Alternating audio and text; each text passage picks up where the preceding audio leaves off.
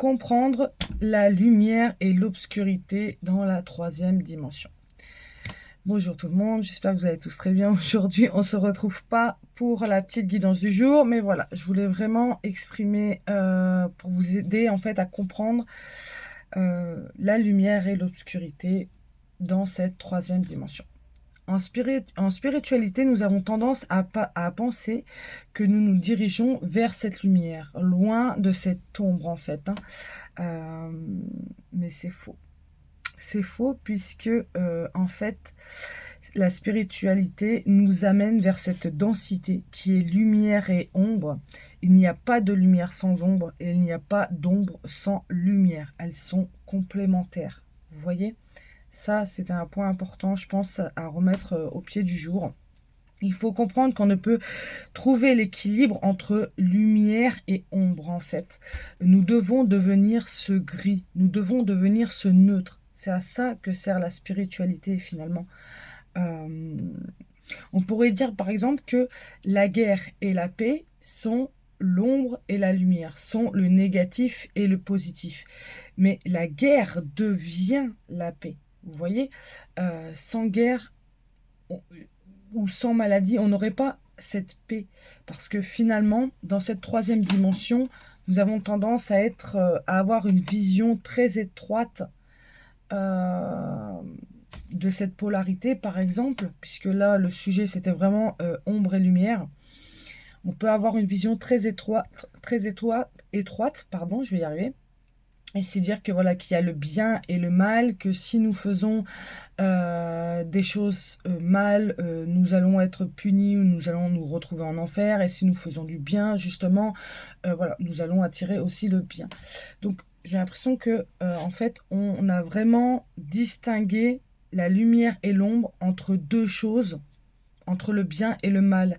Alors qu'en fait, cette densité est un tout.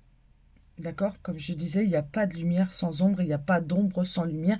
C'est vraiment un tout. Et à nous, ici, dans la 3e D, on est poussé à trouver ce centre, à trouver ce neutre, en fait. Et voilà, je donnais l'exemple de la guerre et la paix, par exemple, de la guerre qui devient la paix. Quand on a cette vision très étroite et qu'on a du mal à trouver ce gris, voilà, on va se laisser déborder par l'émotionnel, il va se passer des chaos et c'est avec ce chaos qu'on va retrouver justement cette lumière et c'est cette lumière qu'il y a en nous en fait. Si tout le monde arrivait à être en harmonie dans son soi intérieur, il n'y aurait plus de guerre, il n'y aurait pas de maladie. Vous voyez, tout ça, ça disparaîtrait. Et c'est là qu'on passerait dans une dimension supérieure en fait. Voilà, la lumière et l'ombre ne sont pas deux choses distinctes, elles sont complémentaires. Je lis en même temps ce que j'avais pris des notes. La 3e dimension que nous vivons nous permet d'expérimenter ce positif et ce négatif pour que nous puissions justement trouver ce centre, trouver ce gris. Donc vraiment, accepter, être bienveillant entre cette densité en fait, entre ces deux polarités qui sont un tout. Vous voyez, donc voilà, c'est pour ça que j'insistais sur le fait que quand on rentre en spiritualité, on croit qu'on se dirige vers la lumière et qu'on va se délester de l'ombre. Mais plus, vous voyez, quand il y a une lumière, plus vous avancez vers la lumière et plus votre ombre grandit. Vous voyez bien que c'est quelque chose qui est vraiment complémentaire en fait. Le but de se perdre et d'être confus, en fait, nous sert à nous retrouver en soi, d'accord? C'est grâce à ça, en fait, qu'on peut trouver cette lumière intérieure. C'est grâce à cette ombre aussi qui nous suit. Plus on va vers la lumière et plus notre ombre grandit. Plus nous allons vers ce sombre et plus la lumière derrière nous grandit. Vous voyez ? Il faut prendre conscience aussi que nous sommes l'une des multiples facettes de l'univers, d'accord, qui cherche à se découvrir sous d'autres angles, en fait, et à comprendre qui nous sommes, qui sommes-nous, mais qui est l'univers, puisque l'univers s'est déployé à créer toutes ces galaxies, toutes ces vies, et qui nous permettent nous transcender. En fait, nous sommes Dieu et en fait, nous nous regardons sous d'autres facettes. Vous voyez, il y a vraiment une idée comme ça. Nous avons besoin de cette densité qui est le positif et le négatif pour trouver notre véritable potentiel. Donc ça va être hyper important. Dans la troisième dimension, pardon, dans la troisième dimension, la